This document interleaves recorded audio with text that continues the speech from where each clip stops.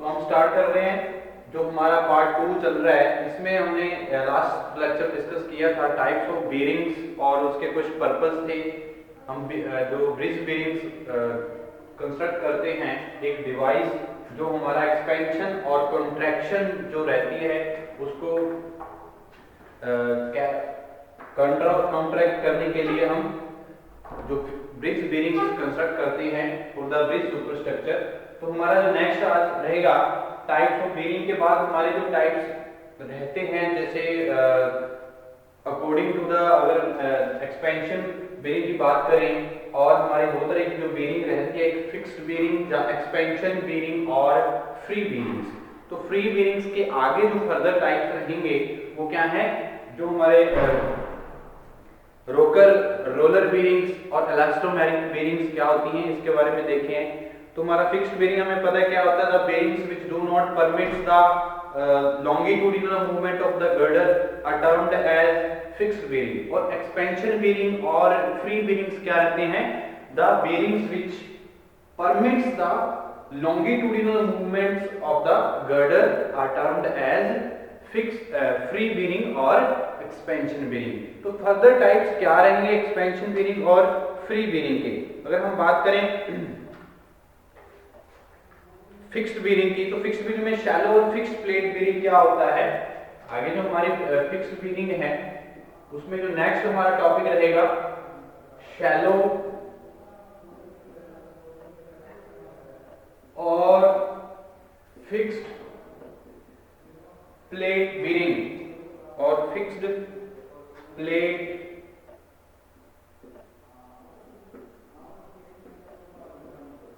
Bearing. तो ये हमारी शैलो और फिक्स्ड प्लेट बीरिंग जो है ये हमारा टाइप है एक्सपेंशन बीरिंग का और फ्री बीरिंग का। और ये क्या होता है कि एक सिंपलेस्ट टाइप है फिक्स्ड बीरिंग एंड बेरिंग्स का। फिक्स्ड एंड बेरिंग्स का एक क्या है, ये हमारा एक सिंपलेस्ट टाइप है। Okay, it consist of a thick iron और steel plate welded or anchored down the masonry abutments over which the ends of the steel girder is rigidly fixed. This type of bearing is suitable for steel bridge up to the 12 meter span। तो जो हमारे shallow और fixed plate बीरिंग्स रहती हैं ये हमारे जो bearings हैं कहाँ पे ज्यादातर यूज की जाती हैं, जहाँ पे 10 metre up to 10 metre span जो रहता है वहां पे हम इस तरह की बीरिंग्स जो हैं प्रोवाइड करते हैं। हम बात करते हैं इस तरह की बीरिंग्स जो हम प्रोवाइड करेंगे वो कैसे होंगी, क्योंकि उस डायग्राम के लिए हम शो करेंगे कि हमारा क्या है एक बेड फिक्स्ड प्लेट बीरिंग के लिए बेड तैयार करते हैं। यहाँ पे ये हमने CI बेड तैयार किया है, CI बेड प्लेट है ये हमने लगाई। तो यहाँ पे कुछ इस तरह से हम क्या करेंगे, इन प्लेट्स को जो बीरिंग्स होंगी इस तरह से हम कुछ शो करेंगे।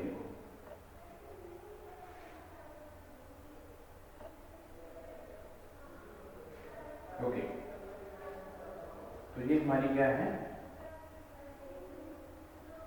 बीरिंग्स।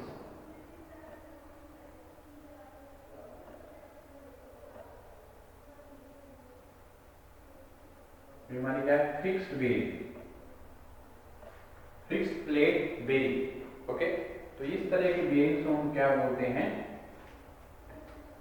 Fixed plate बीरिंग्स।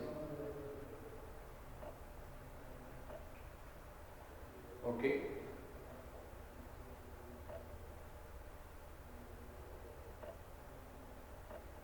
तो इस तरह हम क्या करेंगे इनको जो हमारी बीरिंग्स रहेंगी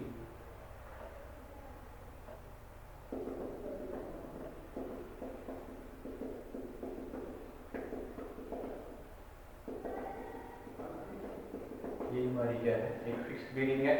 ये हमारा स्टील बीरिंग प्लेट है, steel bearing plate, steel bearing plate. और ये हमारा क्या है बेड प्लेट है, CI bed plate, CI bed plate, okay. और ये हमारा क्या है, एक ब्रिज गर्डर है, और ये हमने जो प्रोवाइड किया है ये सारा का सारा क्या है, bridge girder, bridge girder, okay. तो इस तरह से हम शैलो और फिक्स्ड प्लेट बेरिंग्स को एक डिवाइस जो रहेगा जो हम प्रोवाइड करते हैं फॉर द ब्रिज सुपरस्ट्रक्चर, ठीक है जी। तो इस तरह से हम कुछ फिक्स्ड प्लेट बेरिंग्स हैं जो प्रोवाइड करते हैं। तो कहाँ पे सुटेबल रहती हैं ये स्टील जो ब्रिजेस हम यहाँ पे कंस्ट्रक्ट करते हैं, तो वहां पे हम इस तरह की जो फिक्स्ड प्लेट बेरिंग्स रहेंगी, एक्सपेंशन या फ्री बेरिंग्स रहेंगी, फिक्स्ड बेरिंग रहेंगी, तो उनको हम यहाँ पे इस डिवाइसेस को क्या कर सकते हैं, यूज कर सकते हैं for the expansion and contraction. जो हमारा फ्रीली एक्सपेंशन एंड कॉन्ट्रैक्शन और डिफ्लेक्शन रहती है तो उनको अलाउ करने में हेल्प करती हैं इस तरह की जो बीरिंग्स हैं, ओके। तो ये आगे अगर हम बात करें डीप कास्ट और बेस प्लेट बेरिंग्स की, तो इस तरह जो हमारी deep cast base plate bearings रहती हैं ये ज्यादा लोड में रहता है, उनको यूनिफॉर्मली डिस्ट्रीब्यूट करने में हेल्प करती हैं।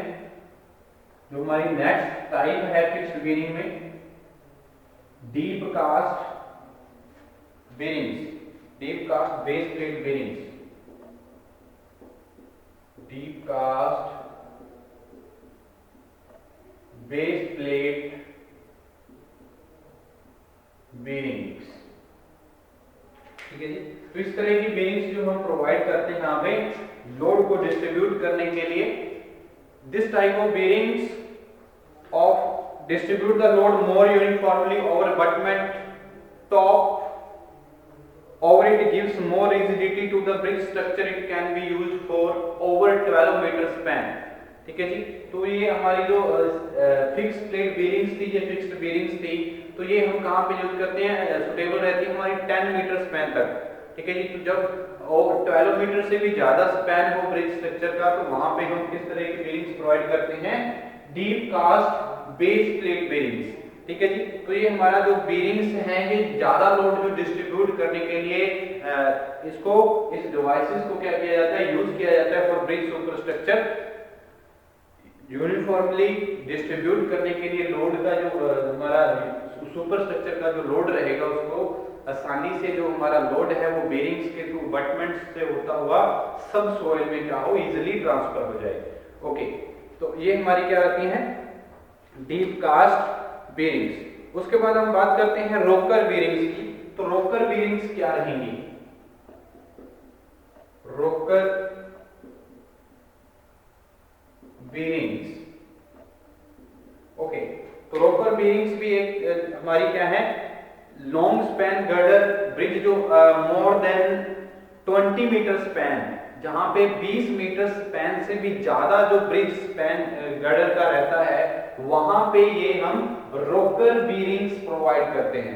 तो ये बात ध्यान रखनी है, हमने क्या करना है, this types of bearing suitable for long span girder bridge where there are more chances of deflection of steel girder. तो यहाँ पे डिफ्लेक्शन की चांसेस जो हैं वो ज्यादा रहती हैं गर्डर की, वहां पे हम इस तरह की क्या करेंगे, बेरिंग्स को प्रोवाइड करेंगे, इस डिवाइसेस को प्रोवाइड करेंगे, तो उनका नाम क्या है, रोकर बेरिंग्स। ज्यादातर 20 मीटर स्पैन से भी ज्यादा अगर हम ब्रिज गर्डर यूज कर रहे हैं तो वहां पे हम रोकर बेरिंग्स यूज करते हैं, ओके। तो यहाँ पे it consist of 2 parts, top shoe and bottom shoe with a rocker pin in between. तो यहाँ पे जो हमारी रोकर बेरिंग है ये इसमें एक टॉप पार्ट होता है, इसका एक बॉटम पार्ट होता है, और जो बिटवीन इसके क्या होता है, एक रोकर पिन लगी होती है जो इसको क्या करती है, मूवमेंट होने के लिए इसको अलाउ करती है, ठीक है जी। तो ये हमारा क्या होता है, रोकर बेरिंग्स। तो ध्यान देना यहाँ पे जो फिक्स्ड प्लेट बेरिंग्स की बात करें तो फिक्स्ड जो प्लेट बेरिंग्स है हमारा जो ब्रिज स्पैन रहता है अप टू 12 मीटर, तो उसके लिए ये सुटेबल है। और जहां पे हम बात करते हैं deep cast base plate bearings की, तो ये जो इस तरह का डिवाइस हम यूज करते हैं ओवर 12 मीटर, ठीक है जी। 12 मीटर से जब ज्यादा हमारा ब्रिज गर्डर की जो स्पैन रहेगा तो वहां पे यूज करेंगे, और ज्यादा जो डिस्ट्रीब्यूट लोड है उसको यूनिफॉर्मली डिस्ट्रीब्यूट करना है। अगर ज्यादा लोड लग रहा है किसी सुपर स्ट्रक्चर का एक्सटर्नल लोड है तो उनको डिस्ट्रीब्यूट करने के लिए हम बेस प्लेट बीरिंग्स, जो डीप कास्ट बेस प्लेट बीरिंग्स है, हम उनको यूज करते हैं। और रोकर बीरिंग्स कहां पे यूज करते हैं, जहां पे 20 मीटर स्पैन से भी हमारा क्या हो, स्पैन रहता हो गर्डर का, और जहां पे चांसेस हो जो हमारी डिफ्लेक्शन होने के, जो हमने स्टील गर्डर यूज किया है उसके डिफ्लेक्शन होने के चांसेस ज्यादा रहते हैं, तो वहां पे हम रोकर बीरिंग्स करते हैं, क्योंकि डिफ्लेक्शन को इसको क्या करते हैं, ये कॉन्ट्रैक्ट करने के लिए हमें रोकर बीरिंग्स यूज करनी पड़ती हैं। ओके, तो ये हमारी क्या आती है, रोकर बीरिंग्स। तो उसके बाद नेक्स्ट हम बात करते हैं rocker roller bearings. Rocker roller bearings, rocker roller bearings. तो रोकर रोलर बीरिंग्स क्या होती हैं, ये भी एक टाइप की हमारी क्या है, bearings है। This type of bearings can provide both longitudinal and angular movement to the ends of the bridge girder। तो इस तरह की जो bearings है, रोकर और रोलर, इसमें दोनों बातें आ गई, रोकर पिन्स भी इसमें लगी होती हैं और रोलर भी इसमें क्या होता है, जो सपोर्ट रहती है, यानी कि जो हमारी मूवमेंट होती है, या तो लॉन्गिट्यूडिनल मूवमेंट होगी या एंगुलर मूवमेंट होगी, तो दोनों को कॉन्ट्रैक्ट करने के लिए हमें जिस तरह का डिवाइसेस की जरूरत होती है, तो उस डिवाइस को हम क्या बोलते हैं, रोकर रोलर बीरिंग्स। ठीक है जी। तो this type of बीरिंग्स can provide both longitudinal and angular movement to the ends of the bridge girder। ठीक है जी। तो ये हमने बात ध्यान रखनी है, रोकर एंड रोलर बीरिंग्स क्या हैं, जो हम प्रोवाइड करते हैं हम इस तरह की जो बीरिंग्स हैं for both longitudinal and angular movement. Okay, तो ये बात हमने ध्यान रखनी है। It is similar to the rocker bearing but here the bottom should rest on the number of steel rollers which are free to the roll on bottom bed plate। तो यहाँ पे क्या है, रोलर प्रोवाइड किया जाता है जो हमारा उसके टॉप शू और बॉटम शू के बीच में। तो यहाँ पे क्या है, ज्यादातर जो मूवमेंट है, चाहे लॉन्गिट्यूडिनल मूवमेंट होना चाहती है, तो उसको अलाउ करने में ये रोलर्स, नंबर ऑफ रोलर्स जो हम प्रोवाइड करते हैं वो हेल्प करते हैं इस तरह की बेरिंग्स में। तो ये हमारी इंपॉर्टेंट बेरिंग्स रहती हैं इस तरह की। ओके, तो हमारी लास्ट जो बेरिंग्स है वो क्या है, इलास्टोमेरिक बेरिंग्स। इलास्टोमेरिक बेरिंग्स, इसकी बात करते हैं, इलास्टोमेरिक बेरिंग्स। ओके, तो इलास्टोमेरिक बेरिंग्स क्या होता है, elastomeric bearings is a commonly used modern bridge bearings. तो ये क्या है, मॉडर्न ब्रिज बेरिंग्स है जो हम कॉमनली यूज करते हैं for the bridge superstructure. It's internal structure consist of a mild steel shims and rubber moulded as one unit. तो इसमें क्या होता है, जो हमारी इलास्टोमेरिक बेरिंग्स हैं, इनमें माइल्ड स्टील की एक शिम्स लगी होती हैं और रबर होती है जो एक ही यूनिट में मोल्डेड की होती हैं, ताकि जो elastomeric bearings pads compress on vertical load and accommodate horizontal rotation and provide lateral shear movement. तो इसमें क्या है, लैटरल शियर मूवमेंट्स में भी हेल्प करती हैं और जो हॉरिजॉन्टल रोटेशन होनी चाहती है उसको भी अलाउ करने में हेल्प करती हैं। जब इस तरह के लोड्स लगते हैं हमारे सुपरस्ट्रक्चर पे, तो ये हॉरिजॉन्टल रोटेशन और जो हमारे लैटरल शियर मूवमेंट होती है उनको कॉन्ट्रैक्ट करने में हेल्प करती हैं elastomeric bearings. Okay, elastomeric bearings pads are the most economical solution used in the construction of large bridge and buildings। तो जो इस तरह की जो हम इलास्टोमेरिक बेरिंग्स पैड्स यूज करते हैं, ठीक है जी, तो ये डिवाइसेस ज्यादातर यूज किए जाते हैं और इकोनॉमिकल भी रहते हैं हमारे जो बिल्डिंग्स के लिए और लार्ज ब्रिज जब हम कंस्ट्रक्ट करना चाहते हैं। ठीक है जी, तो ये हमारी क्या है, ऑल अबाउट ब्रिजेस के बारे में है। ओके, तो रोकर बेरिंग्स क्या होता है ये देखा हमने, रोकर रोलर बेरिंग्स क्या होता है, इलास्टोमेरिक बेरिंग्स क्या होता है। ठीक है जी, तो ये हमारी क्या है, सारी की सारी बेरिंग्स हैं जो यूज करते हैं, ये डिवाइसेस हैं हमारे। वैसे हमारी जो टाइप्स हैं, दो तरह की टाइप्स होती हैं बेरिंग्स की। एक हम क्लासिफाई करते हैं इनको फिक्स्ड बेरिंग्स में, और दूसरा हम इनको क्लासिफाई करते हैं expansion bearings and free bearings. Okay, तो हम नेक्स्ट जो डिस्कस करने वाले हैं, इनकी जो ब्रिज है हमारा, इनकी मेंटेनेंस कैसे की जाती है। तो मेंटेनेंस ऑफ ब्रिज की बात करें तो जो एक आर्ट है ब्रिज को, उसकी कंडीशन को, और वो एक ब्रिज का जो फंक्शन है वो प्रॉपरली लॉन्ग टाइम पे क्या करे, प्रॉपरली लॉन्ग टाइम पे वो फंक्शन करे, प्रॉपरली वो बेस्ट वे में क्या कर सके, उसको यूटिलाइज किया जा सके, तो उसको हम क्या बोलते हैं, maintenance of the bridge.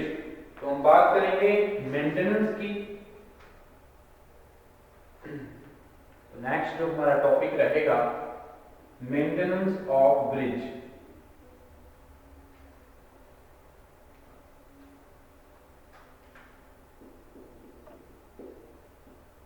Maintenance of bridge. तो मेंटेनेंस क्या होता है, जब हम किसी ब्रिज को उस प्रॉपरली फंक्शनिंग के लिए क्या करें, यूटिलाइज करी जाती है, उसको अच्छे से यूज किया जा सके, उसकी कंडीशन को अच्छे से क्या प्रॉपरली वे से उसको क्या किया जा सके, यूटिलाइज किया जा सके, तो उसको हम क्या बोलेंगे, मेंटेनेंस ऑफ द ब्रिज। तो क्या होता है maintenance, the art of keeping the bridge, the art of keeping the bridge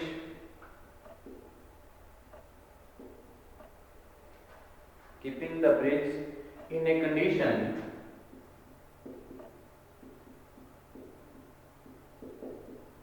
so that they function properly, they function properly for a long time in a best way, for a long time in a best way, are called maintenance of bridge। ठीक है जी, तो maintenance of bridge क्या है, the art of keeping the bridge in a condition so that they function properly for a long time in a best way is called bridge maintenance।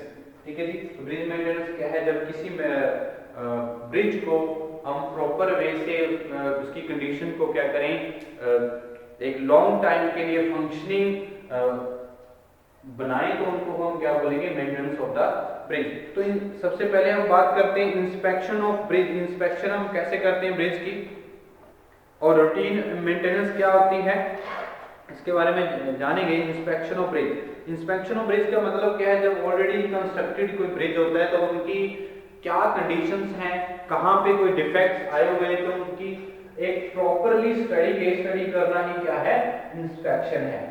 तो inspection of bridge के बारे में अगर हम discuss करें तो बहुत सारे जो पॉइंट्स रहेंगे ब्रिज में जो हमने इंस्पेक्ट करने होते हैं during the maintenance of the bridge.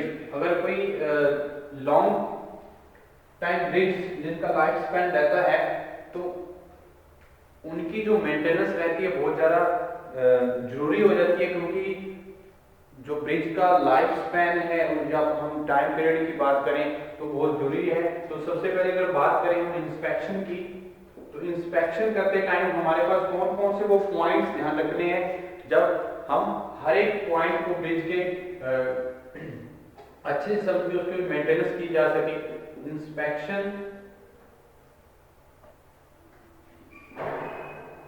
Of bridges. तो इंस्पेक्शन कैसे की जाएगी, it is mandatory to inspect and maintain it a regular interval so that they can serve the purpose in a well manner without causing any serious problem or accidents। तो हमें maintenance करना बहुत ज़्यादा जरूरी रहता है, क्योंकि कोई भी डिफेक्ट्स धीरे धीरे क्या होता है, डिकेइंग हो सकते हैं, क्योंकि एक कोलैप्सिंग हो सकती है, एक्सीडेंट्स हो सकते हैं। तो उसके लिए उसको उससे बचने के लिए एक हमारा क्या है ब्रिज की इंस्पेक्शन करना बहुत जरूरी रहता है। If inspection is done properly, it can easily find out the existing deficiencies in the bridge. अगर हम उसको properly वे से बेस्ट वे में अगर इंस्पेक्शन करते हैं किसी ब्रिज की, तो हम जो ब्रिज में डेफिशिएंसीज हैं, कुछ कमियां हैं, उनको आसानी से क्या इंस्पेक्ट किया जा सकता है। Okay, and we can adopt proper measure to rectify them timely. तो यहाँ पे क्या है, अगर हम अच्छे से उसको बेस्ट वे से प्रॉपरली अगर इंस्पेक्ट करते हैं तो डेफिशिएंसीज का पता चलता है और उसको टाइमली हम क्या कर सकते हैं, कंस्ट्रक्ट कर सकते हैं और उसको रेक्टिफाई कर सकते हैं। हमारे जो ब्रिज है उनके लाइफ स्पैन को इंक्रीज किया जा सकता है। Okay, so that bridge can function properly, the detail of inspection vary with the type of the bridge and material employed in its construction। तो बहुत सारी जो कंस्ट्रक्शन डिटेल इंस्पेक्शन डिटेल रहती है वो डिपेंड्स करती है हमारे टाइप्स ऑफ मटेरियल, कौन सा हमने मटेरियल यूज किया है या कौन सा हम ब्रिज है जो हम इंस्पेक्ट कर रहे हैं। ठीक है जी, तो इंस्पेक्शन टाइप्स ऑफ ब्रिज पे भी डिपेंड करेगी और टाइप्स ऑफ मटेरियल पे भी डिपेंड करेगी। तो उसी तरह से हम कुछ इंस्पेक्शन जो पॉइंट्स हैं वो हम देखते हैं कौन कौन से रहेंगे जब हम किसी भी ब्रिज को इंस्पेक्ट कर रहे हैं। तो any sign of the movement of the bricks और stone in masonry work should be carefully watched. कोई भी अगर साइन किसी हमारे ब्रिक्स, जहां अगर हम बात करें स्टोन मैशनरी यूज की है या ब्रिक मैशनरी यूज की है, तो वहां पे कोई भी साइन अगर आपको देखना है उसको प्रॉपर्ली इंस्पेक्ट करना है और वॉच करना है।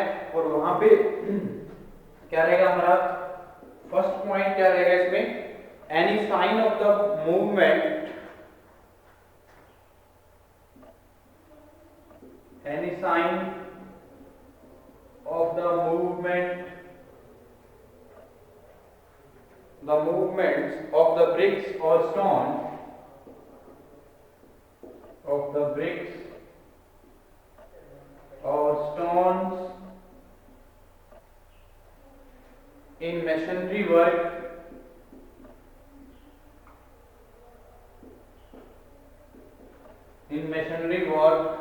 should be carefully watched, should be carefully watched। ठीक है जी, तो ये जो बातें हैं बहुत इंपॉर्टेंट रहेंगी जो हमारे ब्रिज की इंस्पेक्शन के लिए। तो कोई भी अगर स्टोन मैशनरी कर रहे हैं या ब्रिक मैशनरी कर रहे हैं तो उनके लिए हमें अच्छी तरह से जो डिफेक्ट्स अगर नजर आते हैं तो उनको इग्नोर नहीं करना। The cracks developed in the masonry will have to be examined carefully. The cracks developed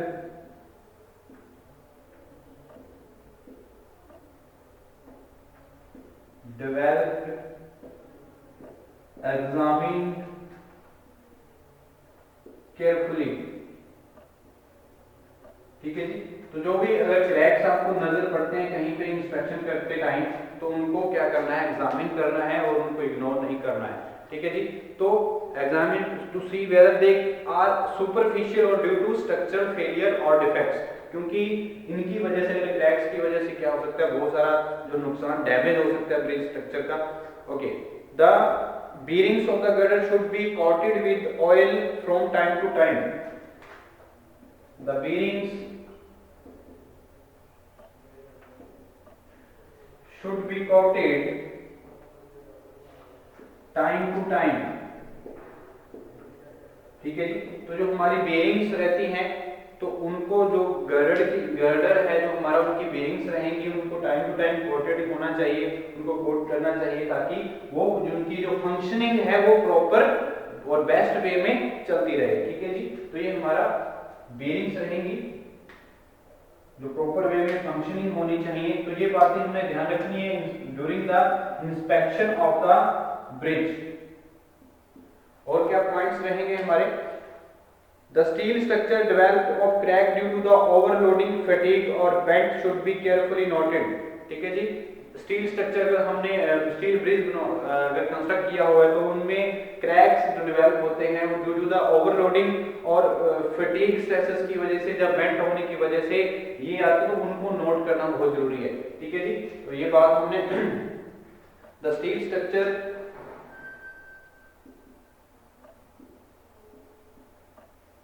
the steel structures, developments of crack,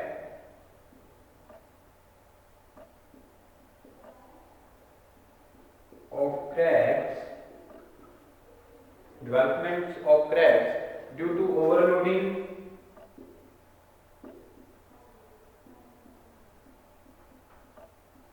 fatigue or bend should be properly noted, should be carefully noted, carefully noted. ठीक है, तो बहुत सारी जो बातें हैं inspection, during the inspection the entire drainage system should be inspected carefully. जो हम इंस्पेक्शन कर रहे हैं किसी ब्रिज की, तो वहाँ पे ड्रेनेज सिस्टम क्या है, जो हमारा सुपर स्ट्रक्चर है जहाँ से अप्रोच हमारी स्टार्ट होती है, जो हमारे ब्रिज स्लैब है, तो वहाँ तक पहुँचने के लिए जो उनका वहाँ पे ड्रेनेज सिस्टम कैसा है, तो वो भी हमें चेक करना चाहिए। The weep holes should be inspected regularly and kept clean. Weep holes अगर कोई आ जाते हैं तो उनको रेगुलरली चेक करना चाहिए और उनको फिल करना चाहिए। ठीक है जी, तो जो बेड ब्लॉक्स हैं उनको इंस्पेक्टेड करना चाहिए टाइम टू टाइम, और जो हमारी रिपेयर है जहाँ पे करनी चाहिए तो उसको इमीडिएटली कैरी आउट करना चाहिए, ताकि जो हमारा ब्रिज है उसको उसकी जो लाइफ स्पैन है उनको बढ़ाया जा सके और उसको जो डैमेज है उससे बचा जा सके। ठीक है जी, तो इंस्पेक्शन करने के बहुत सारे जो पॉइंट्स हैं वो डिपेंड्स करते हैं हमने किस तरह का ब्रिज इंस्पेक्ट कर रहे हैं और किस तरह का जो मटेरियल है वो हमने यूज किया। अगर हम बात करें स्टील स्ट्रक्चर की, तो स्टील स्ट्रक्चर के लिए हमने वहां पे रस्टिंग आती है, क्योंकि रस्ट की वजह से हमारा जो स्टील है वो डैमेज होना स्टार्ट हो जाता है, तो उनकी अलग अलग जो टाइप्स ऑफ ब्रिज रहेंगे, ठीक है जी, तो उनके अकॉर्डिंगली हम उनकी इंस्पेक्शंस को देखेंगे। तो ये पॉइंट्स हैं जो हमने ध्यान रखने हैं जब हमने कोई भी किसी भी तरह का ब्रिज जो है इंस्पेक्ट कर रहे हैं। तो आगे हम नेक्स्ट लेक्चर में डिस्कस करेंगे जो हमारी इंस्पेक्शन के बाद जो रूटीन मेंटेनेंस कैसे रहती है। ठीक है, तो रूटीन मेंटेनेंस क्या है, जो टाइप्स ऑफ मेंटेनेंस की बात करेंगे, तो रूटीन मेंटेनेंस और स्पेशल मेंटेनेंस कैसे की जाती है वो हम नेक्स्ट लेक्चर में डिस्कस करेंगे। रूटीन मेंटेनेंस और स्पेशल मेंटेनेंस कैसे करेंगे वो भी देखेंगे।